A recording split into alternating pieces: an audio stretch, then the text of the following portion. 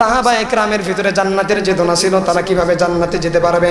হাদিসের মধ্যে আসছে একজন সাহাবী ছিল হযরতে আবু দারদা রাদিয়াল্লাহু তাআলা আনহু। দুইজন সাহাবী এরকম নাম, একটার নাম হচ্ছে আবু দাহদা রাদিয়াল্লাহু তাআলা আনহু, কিন্তু এই সাহাবীর নাম যার ঘটনা আমি বর্ণনা করব তার নাম হচ্ছে দারদা রাদিয়াল্লাহু তাআলা আনহু। আবু দারদা রাদিয়াল্লাহু তাআলা আনহু একদিন রাসূল সাল্লাল্লাহু আলাইহি ওয়াসাল্লামের সাথে আছেন, কান লাগান মনোযোগ দেন।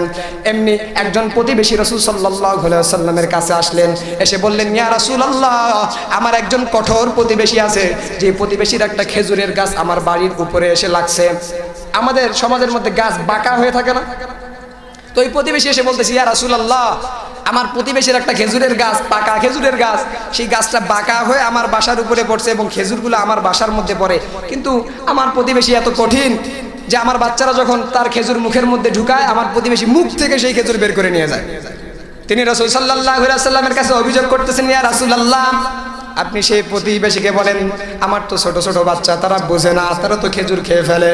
আমার প্রতিবেশীকে বলে সেই গাছটা হয়তো আমাকে দান করে দিতে বলেন, নয়তো আমার কাছে বিক্রি করে দিতে বলেন। আবু দারদা রাদিয়াল্লাহু তাআলা আনহু কিন্তু রাসূল সাল্লাল্লাহু আলাইহি ওয়াসাল্লামের পাশে আছেন।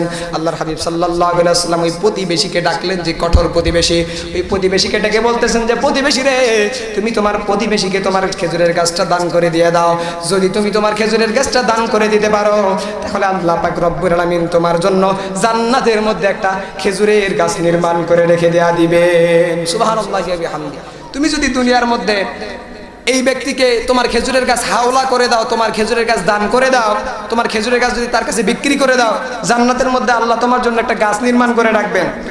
এই প্রতিবেশী বলতেছে, ইয়া রাসূলুল্লাহ, আমার একটাই খেজুরের গাছ, আমার সন্তানরা সেই খেজুর খেয়ে বেঁচে থাকেন, আমার সন্তানরা এই খেজুরকে খুব পছন্দ করে, সুতরাং আমি দিতে পারবো না। আল্লাহর হাবিব সাল্লাল্লাহু আলাইহি ওয়াসাল্লামের মুখের উপরে না করে দিয়ে যখন প্রতিবেশী চলে গেল, পাশে কিন্তু আবু দারদা রাদিয়াল্লাহু তাআলা আনহু বসা। আবু দারদা রাদিয়াল্লাহু তাআলা আনহু বললেন, ইয়া রাসূলুল্লাহ, আমি যদি সেই খেজুরের গাছটা তাকে যদি নিয়ে দিতে পারি, আমার জন্য কি আল্লাহ পাক রব্বুল আলামিন জান্নাতের মধ্যে একটা ঘরকে নির্মাণ করে রাখবেন? আল্লাহর হাবিব সাল্লাল্লাহু আলাইহি ওয়াসাল্লাম বললেন, হ্যাঁ আবু দারদা, তুমি যদি ওই ব্যক্তিকে খেজুরের গাছটা নিয়ে দিতে পারো বা ক্রয় করে নিয়ে দিতে পারো, তোমার জন্য আল্লাহ পাক রব্বুল আলামিন জান্নাতের মধ্যে একটা খেজুরের গাছ নির্মাণ করে রাখবেন। আবু দারদা রাদিয়াল্লাহু তাআলা আনহু চলে গেলেন প্রতিবেশীর কাছে। প্রতিবেশীর কাছে গিয়ে বললেন, প্রতিবেশী রে, তুমি একটা গাছ ওই ব্যক্তিকে দান করে দিয়ে দাও, তোমার গাছটা, নয়তো আমি টাকা দিচ্ছি, তুমি বিক্রি করে দিয়ে দাও। প্রতিবেশী বলতেছেন, না না, আমি আমার খেজুর গাছ বিক্রি করতে পারবো না, আমি মুহাম্মদ রাসূলের কথা শুনি নাই, তুমি তো আবু দারদা, তোমার কথা আমি কেন শুনবো? আবু দারদা রাদিয়াল্লাহু তাআলা আনহু বলেন, ও ব্যক্তি রে, ও প্রতিবেশী রে, তুমি যদি এই গাছটা তাকে দান করে দিয়ে দাও, তুমি যদি তোমার খেজুরের গাছটা দান করে দিয়ে দাও, তাহলে 600 গাছ বিশিষ্ট আমার একটা খেজুরের বাগান আছে। আবু দারদা রাদিয়াল্লাহু তাআলা একটা খেজুরের বাগান আছে, 600 গাছ ছিল এবং সেই গাছের মধ্যে পাকা পাকা খেজুর ছিল। আবু দারদা রাদিয়াল্লাহু তাআলা আনহু বলতেছেন, তুমি যদি এই ব্যক্তিকে তোমার খেজুরের গাছ দান করে দিয়ে দাও, আমি আবু দারদা ওয়াদা করতেছি, আমার যে 600 গাছ বিশিষ্ট খেজুরের বাগান আছে, আমি আবু দারদা তোমার নামে সেই 600 গাছ বিশিষ্ট খেজুরের বাগানটা লিখে দেয়া দিব। সুবহানাল্লাহ বলেন। কেন লিখে দিবে? জান্নাতের মধ্যে একটা খেজুরের গাছ পাবে, একটা খেজুরের গাছের আশায় 600 গাছ বিশিষ্ট একটা বাগান, যেখানে পাকা পাকা খেজুর ঝুলতেছে, এই পাকা পাকা খেজুরের একটা বাগান আবু দারদা রাদিয়াল্লাহু তাআলা দান করে দিয়ে দিলেন। কিসের আশায়? জান্নাতের আশায়। একটা মাত্র গাছ, জান্নাতের আশায় তারা কি না করতো। আবু দারদা রাদিয়াল্লাহু তাআলা বাগানের মধ্যে গেলেন, ওই প্রতিবেশীকে নিয়ে গিয়ে বললেন, তার বিবি বাচ্চা সকলেই সেই বাগানের মধ্যে আছে। এখন আপনি সৌদি আরবের মধ্যে গেলে দেখতে পাবেন যাদের বাগান আছে, খেজুরের বাগান, ওই খেজুরের বাগানের মধ্যে যখন ফলগুলো পাকে, যখন খেজুরগুলো পাকে, তখন তার পরিবারের সবাই কিন্তু এই বাগানের ভিতরে থাকে। যতদিন পর্যন্ত না এই খেজুরগুলো বিক্রি করা হচ্ছে, ততদিন পর্যন্ত তারা সেখানেই অবস্থান করে। আবু দারদা রাদিয়াল্লাহু তাআলা আনহু বাগানের মধ্যে গিয়ে তার স্ত্রীকে ডাক দিলেন, তার 2টা সন্তানকে ডাক দিলেন, ডাক দিয়ে বললেন, আমি এই খেজুরের 600 গাছ বিশিষ্ট খেজুরের বাগান আমি দান করে দিয়ে দিছি। আবু দারদার স্ত্রী বলে, কেন কেন তুমি দান করছো? এতগুলো গাছ তুমি কেন দান করছো?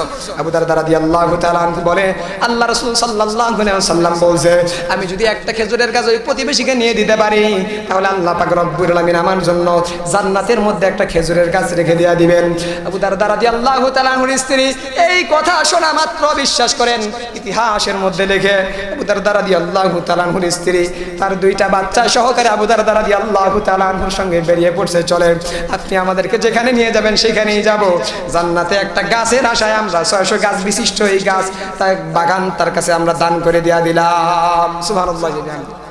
জান্নাতের মধ্যে একটা গাছ পাবে, খেজুরের গাছ, সেই গাছের জন্য আবু দারদা রাদিয়াল্লাহু তাআলা আনহু 600 গাছ বিশিষ্ট। এখন যদি আমাদের দেশে যদি 600 গাছ বিশিষ্ট একটা বাগান থাকতো তাকে বড় লোক বলা হইতো, টাকার পাহাড়।